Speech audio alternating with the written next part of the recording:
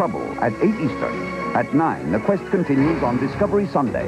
Uncover the treasures of a lost voyage, then pursue South America's legendary fortunes in gold.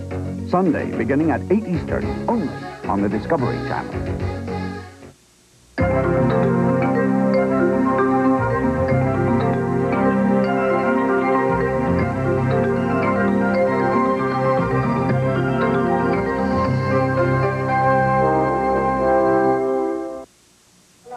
Tonight on World Monitor, welcoming peace in El Salvador, accepting peace but fighting on in Yugoslavia, and restoring faith in the Kremlin.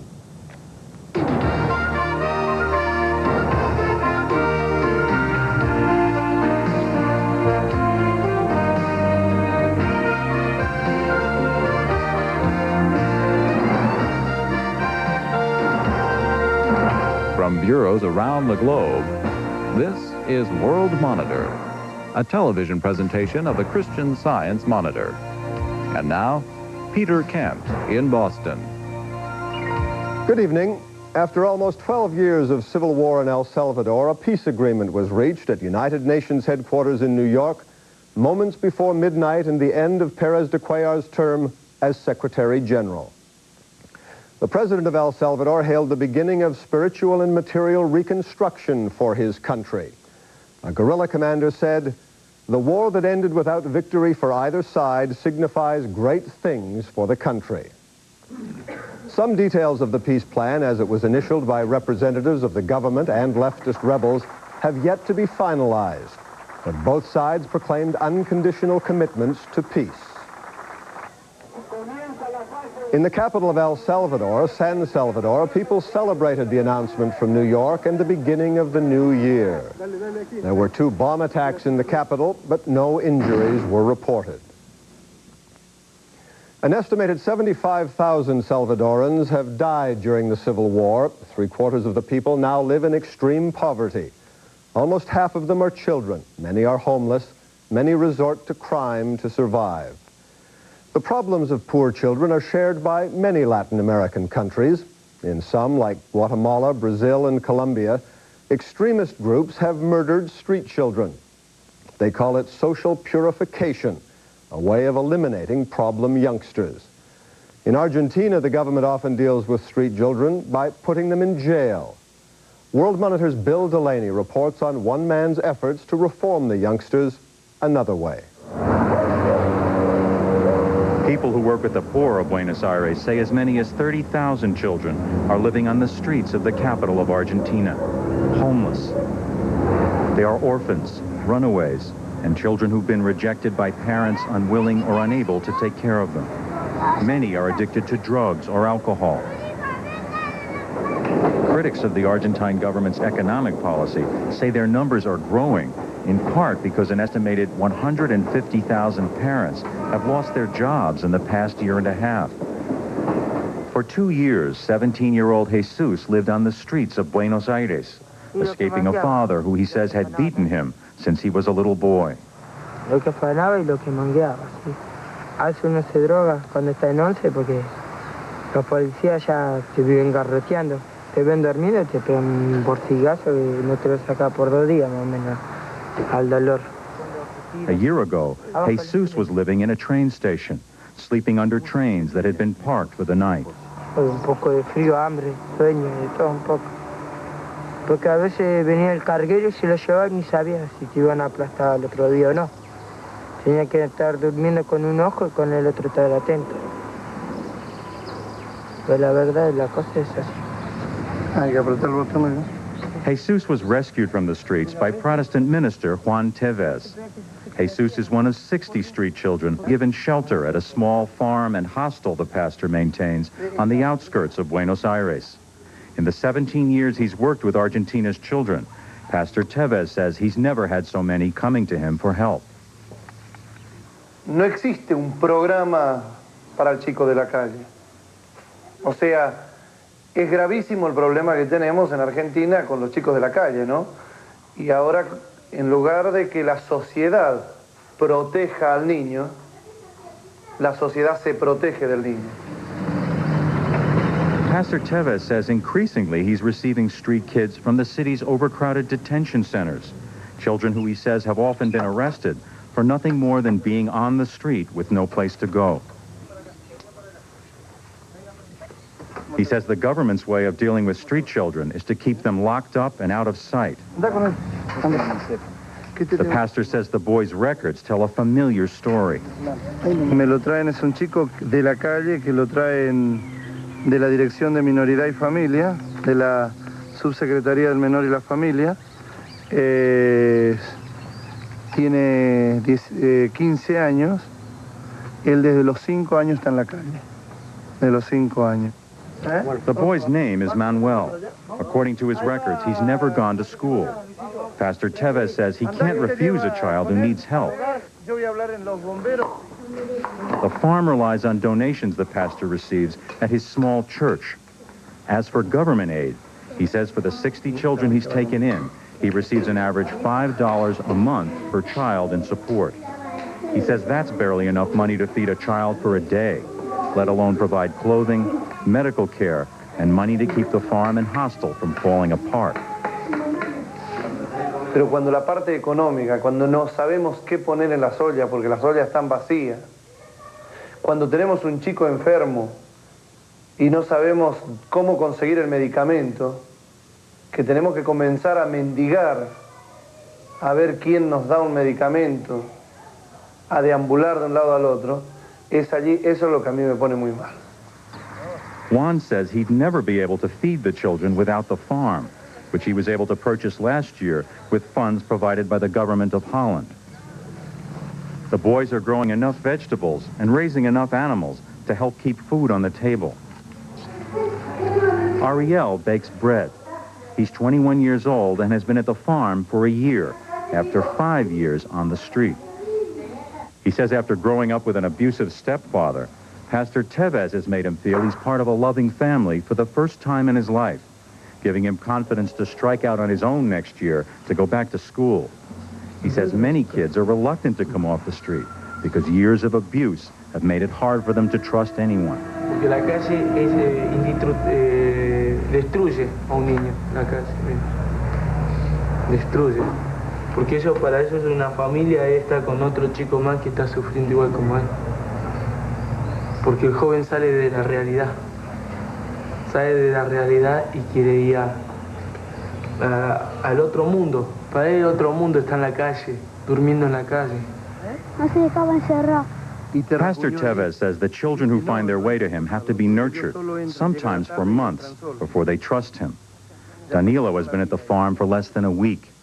He's 12 years old and says he's lived on the streets of Buenos Aires for as long as he can remember. ¿Cómo era la vida en la calle?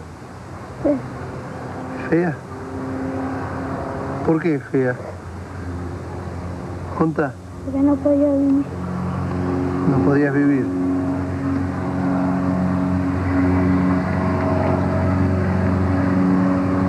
¿Dónde está tu mamá, tu papá? Han muerto. Danilo, like most of the boys who come to Pastor Tevez, cannot read or write. Vamos a tener una generación dentro de unos años que va a estar al frente de nuestra sociedad de idiotas. Al faltar alimentación, al faltar educación, ¿qué sociedad vamos a tener? Pastor Juan Tevez says Argentina must decide what to do about its poor and homeless. Y llegan todos los días gente buscando así, de chicos abandonados, dónde dejarlos, dónde tenerlos, ¿no? Como te decía hace un ratito, llegó esa mamá con 2 chiquitos allí, ¿no es cierto? Todos los días, porque es la única institución en toda la zona. En todo un distrito, como te decía ayer, tiene 500.000 habitantes, Merlo. Es la única institución que trabaja con chicos, así en situación de abandono.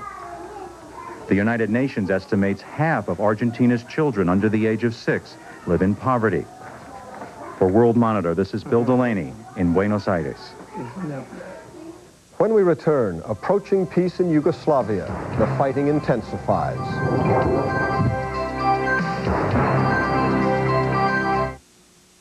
Wings Over the Gulf, premiering Tuesday, January 14th at 10 Eastern.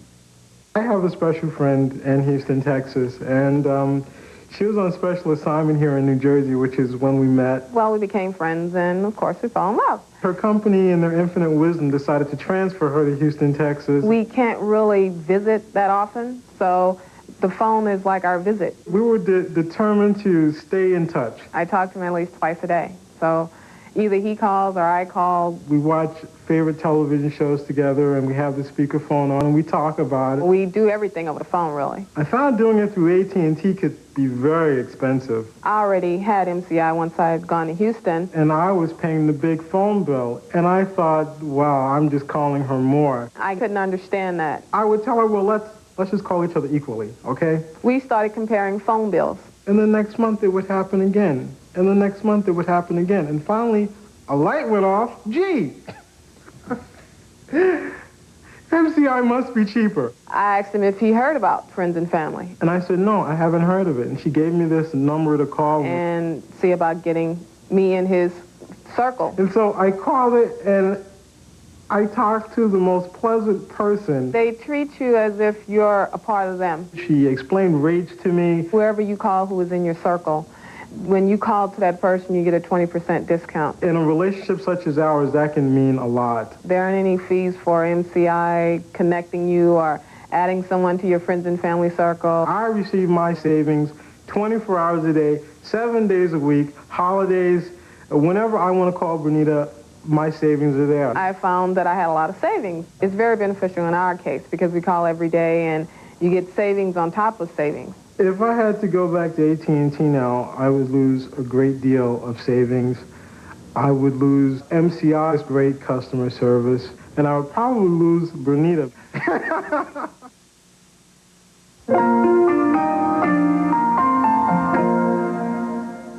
Fighting was still reported around several Croatian cities today, but United Nations envoy Cyrus Vance said that both Serbian and Croat leaders have taken steps toward peace that he had not seen before.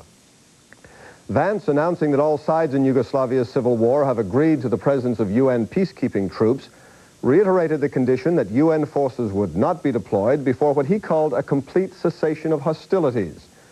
Details of the peace plan were not disclosed.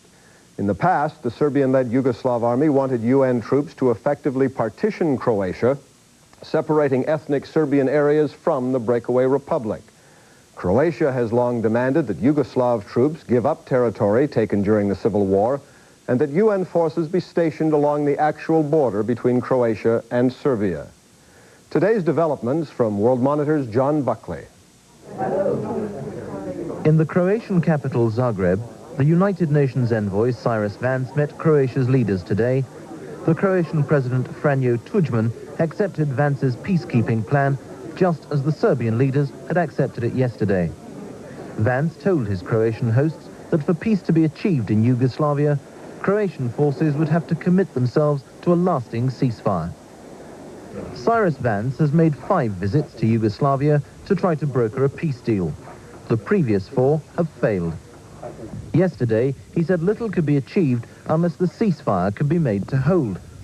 Today, for the first time, he seemed upbeat. Well, I have seen steps taken that have not been taken before. A, the acceptance of our proposed plan in its entirety, in full, by both sides. And I have seen action taken with respect to cessation of hostilities, which appears to be serious and hopefully enduring. And therefore, the situation is very radically changed since I came and observed what I had observed in terms of the fighting that was taking place. We've got a ways to go yet, but we, I think, have made some real progress. Vance's advisors were working to set up a meeting between senior Croatian and federal army officials tomorrow that's supposed to make the present ceasefire effective. At the Vatican today, Pope John Paul II urged world leaders to take new measures to secure peace in Yugoslavia, where an estimated 6,000 people have died since fighting began in June. The Pope told a crowd gathered for the Catholic Church's 25th annual World Peace Day that the suffering people of Catholic Croatia do not stand alone. Under the UN plan Vance put to Serbian leaders yesterday, the Yugoslav army would withdraw from Croatia and about 10,000 UN troops and police would be sent to crisis spots. Last night, Serbian and federal heavy artillery attacked the frontline Croatian town of Karlovac and the surrounding area. Croatian troops in the town fired mortar shells at the federal and Serbian forces. Some Croatian leaders say the Serbian militias will continue to attack Croatian towns regardless of what agreements are reached with federal and Serbian leaders in Belgrade. The Croatian town of Zadar was also shelled overnight. Serbian militias have vowed to take the city to give the nearby Serbian enclave of Krajina a corridor to the Adriatic Sea. Serbian enclaves of Croatia, such as Krajina, Western Slavonia and Eastern Slavonia, are the areas to which the UN will send troops if a ceasefire can be effected. As New Year dawned in Croatia, many Croat civilians held traditional celebrations despite the fighting that raged outside their shelters. Their hope is that 1992 will bring them the peace they've been denied for the last 6 months. For World Monitor, I'm John Buckley. When we come back, bracing for higher prices. GI Diary, Thursdays at 8:30 Eastern, only on the Discovery Channel. What better way to start 1992 than to tell you about Domino's great new two-pizza deal.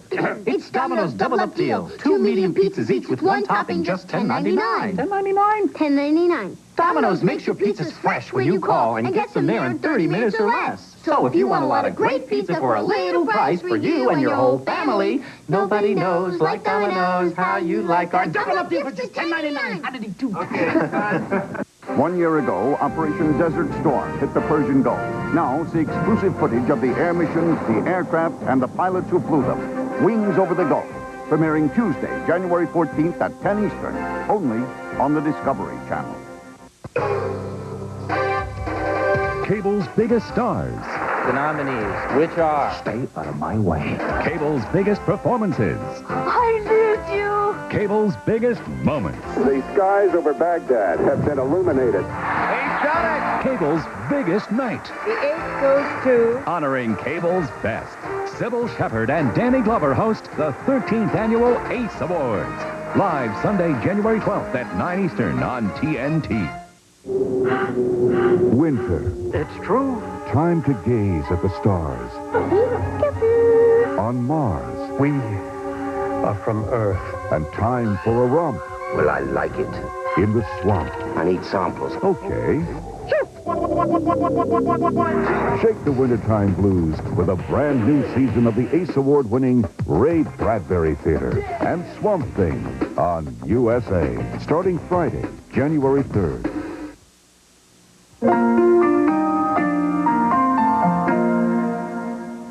South Korean television said the presidents of the two Koreas will hold a summit meeting in March.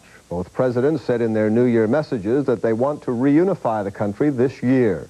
Korea has been divided since 1945. The governments of Ukraine and Belarus have decided to follow Russia's lead and raise food and clothing prices sooner than planned to prevent a flood of state-subsidized goods to Russia, where prices will go up tomorrow. The Ukraine media reported today that bread, oil, sausages, sugar, and other staples will triple in price tomorrow. That gasoline, transportation costs, and phone calls will go up even more. Few food stores were open across Russia today. The BBC's Ben Brown visited a couple that were. Just before the shops here shut tonight, there was a last-minute rush to buy at the old prices, and tempers were frayed. Inside, exhausted store assistants have already sold out of the basic goods, which will go up tomorrow by an average of around 400%. They're now busy changing price labels, though the cost of many goods has already gone up. But it's tomorrow that Boris Yeltsin really administers his medicine for an economy which he says is seriously but not incurably ill.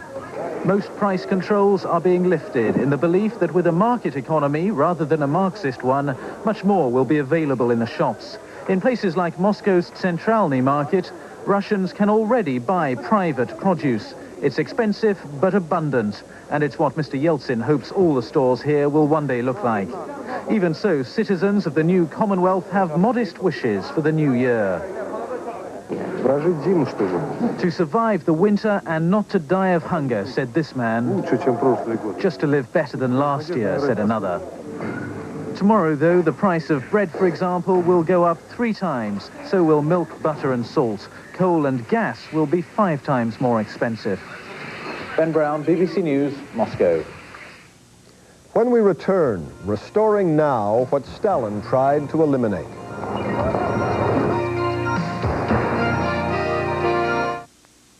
Beyond 2000, Thursdays at 9 Eastern, only on the Discovery Channel.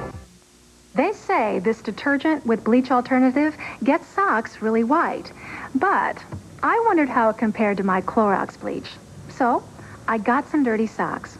I washed this one in detergent with bleach alternative, and this one in Clorox bleach and my regular detergent. And look, the sock washed in Clorox bleach is cleaner. Why am I not surprised? Clorox liquid bleach. Still no better way to get clothes clean. Take the 50 most popular cereals in America. What if you had to choose between them based solely on the side panels? No brand names, no fancy packages, just the plain and simple facts. You'd find only one is low in sugar and a good source of fiber and made from whole grain oats. Cheerios. Compare the side panels and see for yourself. The choice is Cheerios. During the course of one 60-minute workout, a body can be depleted of vitamins B6 and C, carbohydrates, and valuable potassium, all of which, it so happens, can be replaced by eating one Chiquita banana. So whatever you put out, put back. Chiquita, quite possibly the world's perfect food.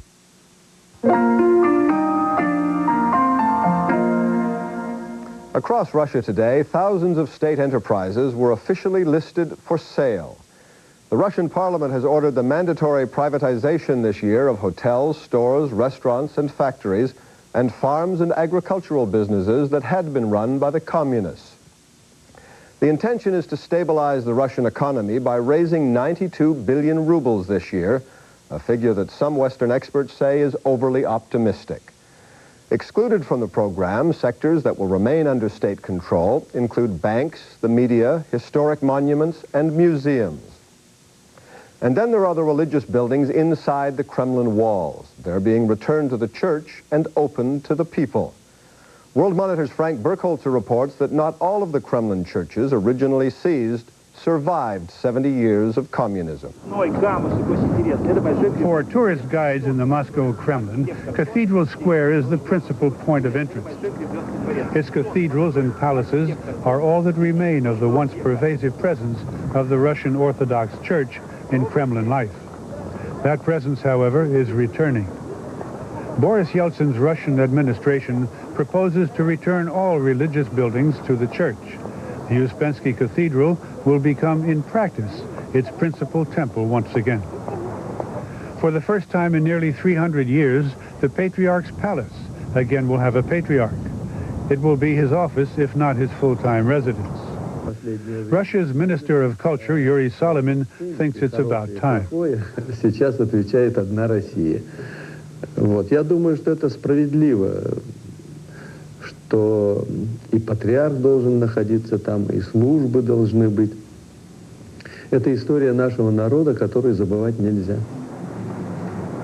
Until the arrival of communist power, Russian history and church history were intertwined. The first stone walls of the Kremlin in the 14th century, portrayed by artist Apollyon Vaznetsov, were designed for Prince Dmitry Donskoy by the leading churchman of the time, the Metropolitan Alexei, who also founded a monastery called the Chudov. A second monastery, the Voznesensky, was founded for women by Prince Dmitry's widow. Historian Vladimir Kozlov is a specialist on monasteries. Известнейший монастырь Чудов, один из самых старых в Москве, который устроил русский святой, митрополит Алексий, около Спасских ворот. Most of Russia's Tsars, including Peter I and Alexander II, were baptized here. Paintings by Dyatlov and an unknown artist show the Chudov Monastery in the 1800s, and the Voznesensky with its Gothic cathedral dominating the area immediately inside the Spassky Gate. The cathedrals that form Cathedral Square had been constructed a century or so after the monasteries. In the 18th century, there were proposals to clear all the old buildings out of the Kremlin, but the monasteries were spared. The little church of John the Baptist, Moscow's first church, was not so lucky. The Emperor Nicholas I removed it because it spoiled the appearance of his Grand Kremlin palace. In the revolutionary year of 1917, the provisional government of Alexander Kerensky restored the office of Patriarch.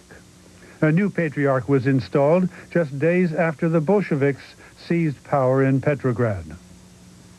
The new patriarch was Tikhon, and in the early part of 1918, he was able to lead a holy procession in Red Square, similar to the one he had led the day of his coronation, of which no pictures seem to have been preserved. Vladimir Lenin arrived in Moscow about the same time to install his new government in the Kremlin. He reacted to the religious demonstrations by ordering all church workers out of the Chudov and Voznesensky monasteries, out of the Kremlin. Through the arches of the stately Iversky Gate came distributors of communist propaganda instead of priests with holy water. When the gate with its religious shrine began to cramp the style of mass parades, the gate was torn down. When Joseph Stalin achieved power, he began dismantling church structures. He used the monasteries to train soldiers in the use of automatic weapons, then destroyed them to make room for a new building, a military school. This building later was used as the meeting place for the Supreme Soviet of what was the Soviet Union until the Russian regime took it over. Stalin's action was a signal for the demolition of church buildings all over the country. The Cathedral of Christ the Savior was a few blocks outside the Kremlin. What happened to this cathedral was in the open for all to see. The Uspensky Cathedral somehow escaped the same fate, but some museum experts fear it faces a more subtle danger, overuse as a working church. Father Gleb Yakunin thinks a compromise may be in order. Русская православная церковь могла там служить. Ну, как весь Кремль, это был двор императора, и принадлежали эти храмы, насколько я понимаю, императорской семье. Ну, я думаю, что, хоть я и сам православный священник, я думаю, что эти храмы, скорее всего, должны быть национальной ценностью, оставаться в руках государства, но одновременно они должны быть использованы по прямому назначению. When communism moved into the Kremlin, religion was forced out. Now communism is out, religion is back. For World Monitor, I'm Frank Bergholzer in Moscow. And that's all for tonight. I'm Peter Kent in Boston. For everyone with World Monitor everywhere, good night.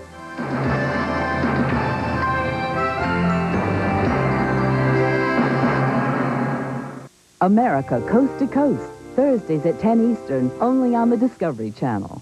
Here's an opportunity to receive a free copy of William F. Buckley's historic Agenda for the 90s. Hi, I'm Bill Buckley. You may know me through my television show Flying Line or my newspaper columns or maybe one of my Blackfoot Oaks spy novels. But you ought to know about my magazine, National Review.